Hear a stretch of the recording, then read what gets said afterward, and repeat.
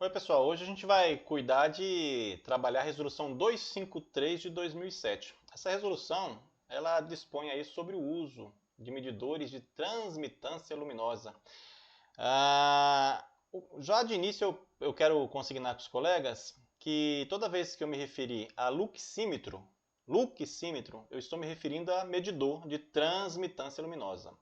Outra coisa, se você já imprimiu essa resolução na internet, né, tenha muito cuidado porque mesmo lá no site do Ministério da Infraestrutura ela não está atualizada, ela sofreu alterações aí por essas deliberações aí, ó, 109 de 2011 e a 183 de 2020, tá certo? Mais um detalhe, já preliminarmente. A 253 ela cuida exclusivamente sobre o uso de medidores. Aqui a gente não vai trabalhar percentuais de luminosidade, né, e nem de infração de trânsito. Isso a gente vai ver na 254. Então, quando a gente estudar a 254, a gente vai se aprofundar aí nesses percentuais de transmitância luminosa que um veículo pode ter para cumprir aí a regulamentação do CONTRAN, tá certo? Então, como de praxe, a gente vai dar uma olhada nos artigos, é uma resolução pequena, e a gente vai estudando juntos, né, com vocês aí, sempre observando o que tem potencialidade para ser cobrado. Veja, o artigo 1º, ele traz, né, a seguinte redação. A medição de transmitância luminosa das áreas envidraçadas de veículos deverá ser efetuada por meio de instrumento denominado medidor de transmitância luminosa, o luxímetro. Esse aparelho aqui ao lado, viu, pessoal? Deixa eu pegar aquela marca-texto só para mostrar para vocês as informações que eu considero mais relevantes dessa resolução. Primeiro que você tem que saber que o luxímetro trabalha com percentual, tá certo? Então não é com fração, é com percentual.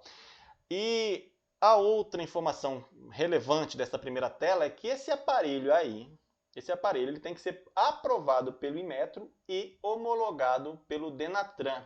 Então, no seu auto de infração, quando você, né, detectar um veículo desrespeitando os percentuais trazidos, né, lá na resolução 254, você vai ter que colocar no seu auto de infração o número desse aparelho, até porque se o condutor objetar e quiser recorrer do seu auto de infração na JARE, né, ele precisa desse número, principalmente se ele for objetar a regularidade do aparelho e tentar demonstrar lá que esse aparelho não está aprovado pelo Inmetro ou não está, né, homologado pelo Denatran. Então, essa é outra informação relevante dessa primeira tela. E eu vou mostrar para vocês aqui na leitura.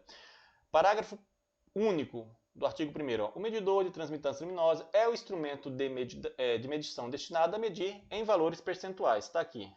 Você já sabe que a medição é percentual, né? Em valores percentuais, a transmitância luminosa de vidros, películas, filmes e outros materiais simples ou compostos. Veja, quem deve observar a regulamentação, né, dos percentuais lá da 254 é o fabricante. O próprio fabricante não pode colocar no mercado um veículo com um vidro, né, com transmitância desrespeitando aí a regulamentação lá da 254. E para dizer para vocês um conceito, né, porque transmitância, a gente fica repetindo isso. O que seria essa transmitância luminosa? Isso aí é a capacidade, né, digamos assim, da quantidade de luz que pode ultrapassar, né, ou passar por uma lente ou por uma área envidraçada, como é o caso dos veículos, certo? Então, sempre quando você tratar desses percentuais, está medindo justamente isso. Qual a luminosidade, né, que ultrapassa esse vidro. Então, é essa a tarefa desse equipamento aí, desse medidor. É medir se aquele vidro respeita essa transmitância, essa passada luminosa pela área envidraçada do veículo, tá certo? E em desrespeitando os percentuais, aí sim esse condutor estará infringindo aí, né, a regulamentação e, consequentemente, ele pode ser autuado, né, deverá ser autuado aí por cometer uma infração de trânsito prevista lá no artigo 230, inciso 16, tá certo? Mas essa resolução ela não trata dessa infração. Quem vai tratar, como eu já me referi, é 254. Então, prossigamos aqui. A outra informação importante, veja, o medidor de transmitância luminosa das áreas envidraçadas dos veículos deve ser aprovado pelo Inmetro tá certo? Quem aprova é o Inmetro, quem homologa é o Denatran, o órgão máximo executivo, né, da União aí, o órgão máximo executivo de trânsito da União, tá certo? Então essa informação são as informações mais relevantes dessa primeira tela. Estou dizendo isso por quê? Porque o artigo 2A, ele foi incluído por essa deliberação aí, ó, 183 de 2020. É bem recente essa, né, essa alteração que houve aí na 253. Incluiu o 2A. Eu não acredito que o examinador, se ele vier trabalhar com a 253, vai extrair daqui uma assertiva, né? Sendo que tem outras informações aqui mais relevantes para a sua atividade final aí. Mas, de qualquer forma, a gente vai ler para ter esse conhecimento. O que ocorre é que esse dispositivo vem estabelecendo prazos, né, para o Denatran responder aos interessados. Quem tiver requerimento lá, né, protocolado junto ao Denatran, esse artigo dispõe que em 120 dias o Denatran hoje deve responder. Por que eu digo hoje? Porque isso aqui começou a viger, né, a partir de 1º de fevereiro, recentemente, ó, 1º de fevereiro de 2021. Já a partir de 2022, 1º de fevereiro, 90 dias e o prazo vai diminuindo. Depois do dia 2 de fevereiro de 2022, 60 dias, tá certo? Então, esses prazos são prazos para o Denatran. Como é uma norma bastante específica, né, voltada ao órgão máximo executivo aí de trânsito da União, não acredito que venha ser cobrado na nossa prova, tá ok? Mas prossigamos que tem outros temas aqui que têm relevância para a sua atividade. Aqui, pessoal, eu coloquei o artigo 3 para que vocês observem como é perigoso estudar, né, imprimindo diretamente até do site, né, como eu me referi, do Ministério da Infraestrutura, e não atentar para as alterações.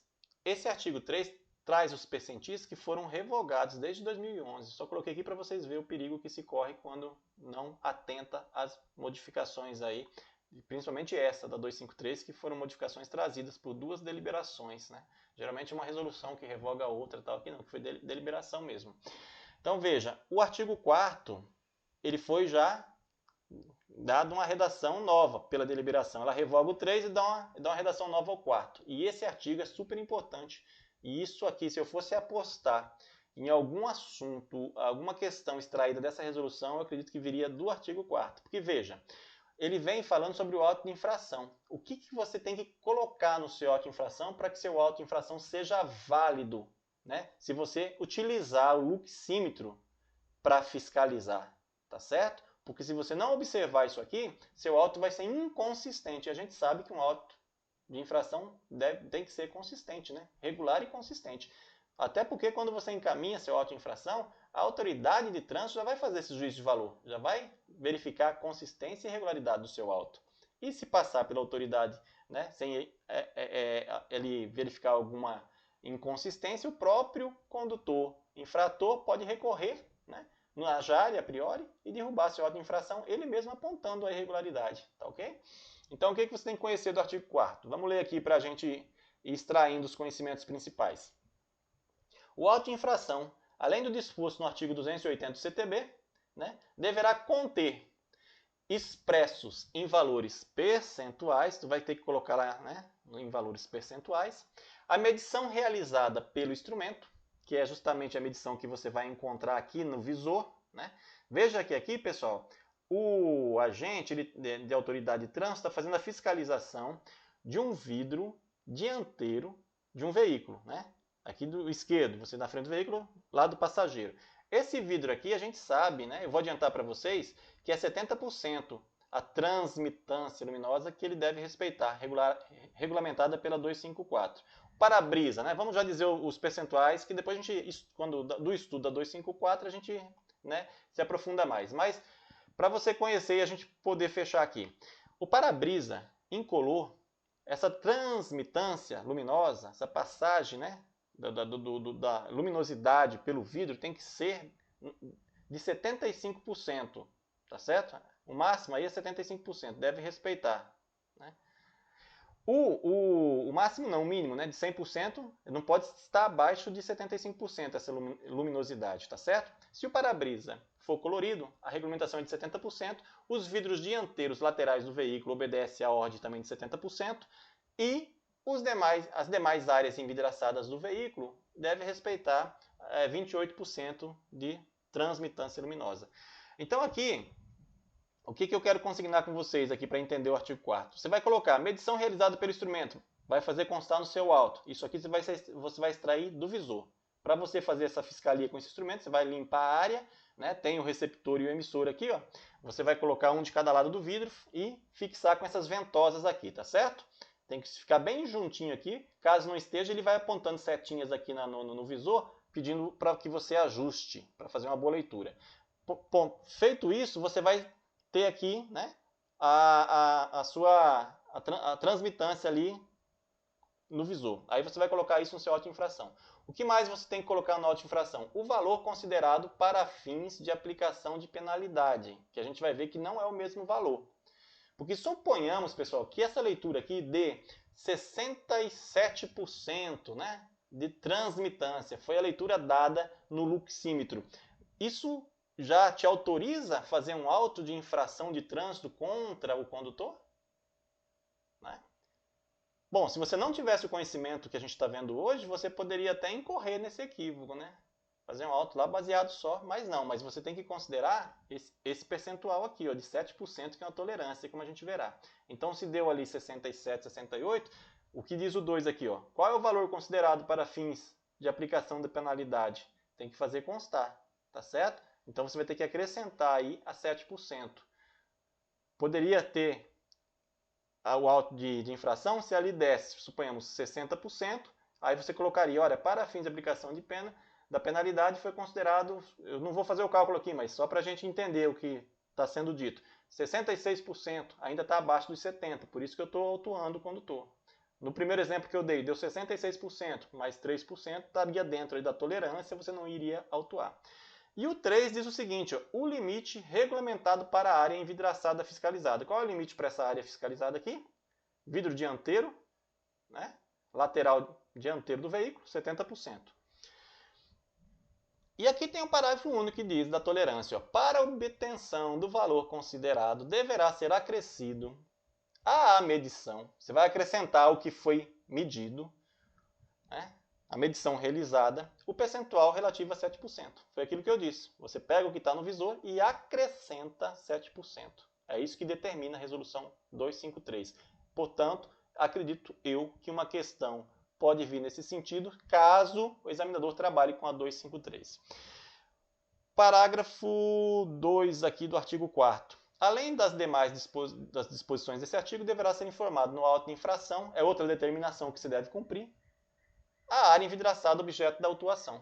É óbvio que você tem que indicar a área, né? A gente trabalha com percentuais diferentes, né? Você trabalha com para-brisa, você trabalha com vidro lateral, dianteiro, né? Você trabalha com as demais áreas envidraçadas, então você tem que demonstrar. Isso se o seu luxímetro não tiver um dispositivo que imprima o resultado, né? Isso aí se você tiver lá no seu auto de infração. Mas se você conseguir a impressão direto do aparelho, se o seu aparelho for moderno, né? Porque quando você estiver na sua atividade ano que vem, você vai perceber que tem postos, dependendo do posto que você vier trabalhar, nos rincões desse país, pode ser que nem tenha esse instrumento, né? Nem tenha o luxímetro para você trabalhar, para você fazer esse tipo de fiscalização.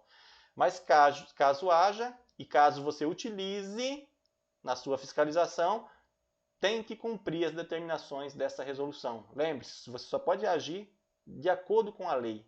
Lei em sentido amplo, direito administrativo. A resolução para você é uma lei que você deve seguir, tá certo? Bom, dito isso, vamos ver o último artigo aqui, né, para a gente encerrar nosso estudo. Aqui eu demonstrei para vocês ali, aqui eu coloquei uma foto para que você se visualize fazendo essa fiscalização. Tem um colega aqui, ó, né, verificando a tramitância de um vidro dianteiro lateral, que é de 70% que ele tem que aferir aqui, né, de um caminhão aqui. Parece um caminhão, né?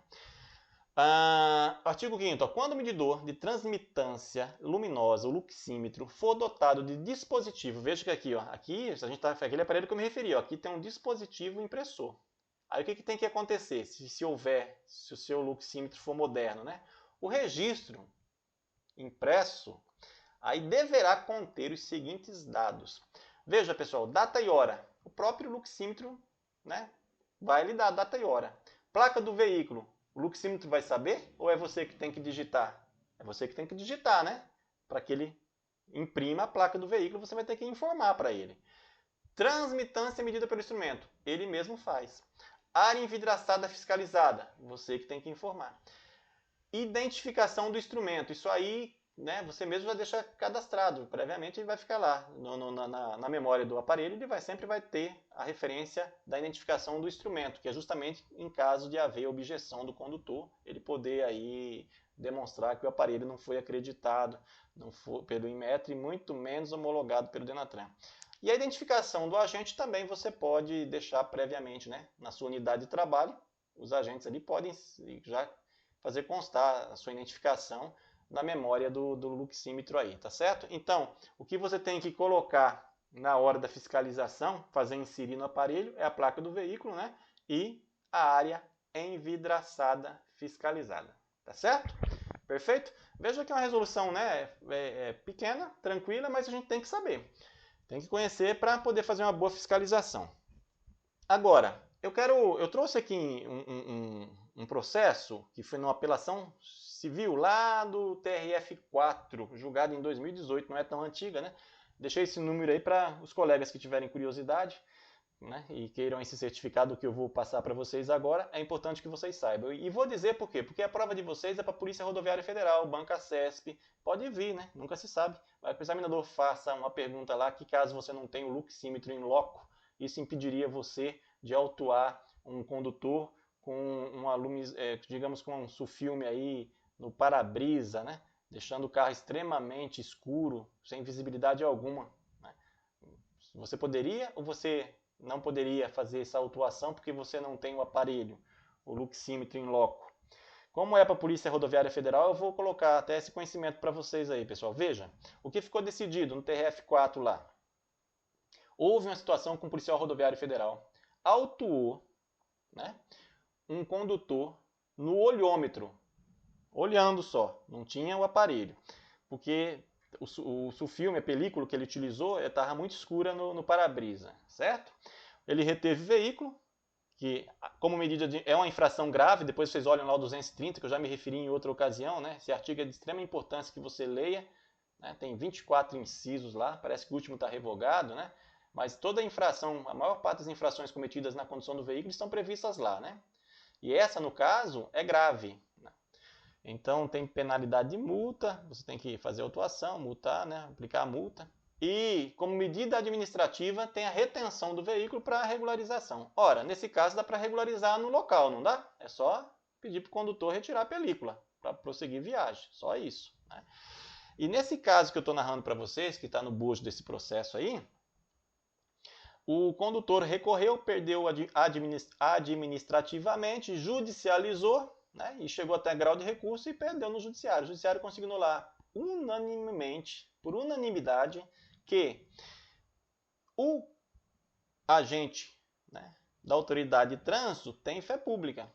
Ora, se o condutor está objetando, né, a autuação que ele fez, deveria fazer constar nos autos uma medição, né? Ele deveria oferir na época a tramitância luminosa do vidro dele e juntar a contraprova. Ou seja, ele deveria ir atrás de um luxímetro aí, né, no local onde ele colocou essa película, enfim, né? Porque a gente sabe que, a gente verá, né, na próxima resolução aí, que é determinado lá, que tem que estar chanfrado. Quem aplicou a película, né, em tese, ele deveria fazer essa fiscalização, né, auferir ali se não está em desacordo com a resolução e chanfrar o percentual de transmitância, né, daquele vidro. Só que a gente sabe que na prática não se faz isso. Então tem muitos vidros aí com películas que desrespeitam a 254, tá certo? Então é muito provavelmente que na sua fiscalização você vai encontrar vários veículos nessa situação. Aí nesse caso concreto, ficou consignado que o agente tem fé pública, tá certo? E quem deveria desconstituir seria o recorrente, né? O condutor infrator. Estou dizendo isso justamente por esse fato. Suponhamos que venha uma questão dizendo que você não poderia fiscalizar, não poderia autuar um condutor por ausência do luxímetro, você teria que marcar como errado, né? Porque pode sim, tem jurisprudência nesse sentido. E outra coisa, para a gente fechar, né? Se você usar o luxímetro e não observar os requisitos, né, para fundamentar, para instruir lá, né, o seu auto infração, aí você perde sua autuação, tá certo? Então são casos distintos. Uma você autuou sem o luxímetro, outra com. Se com, tem que observar, né, a resolução 253 que a gente acabou de estudar. Tranquilo, pessoal? Acho que ficou claro.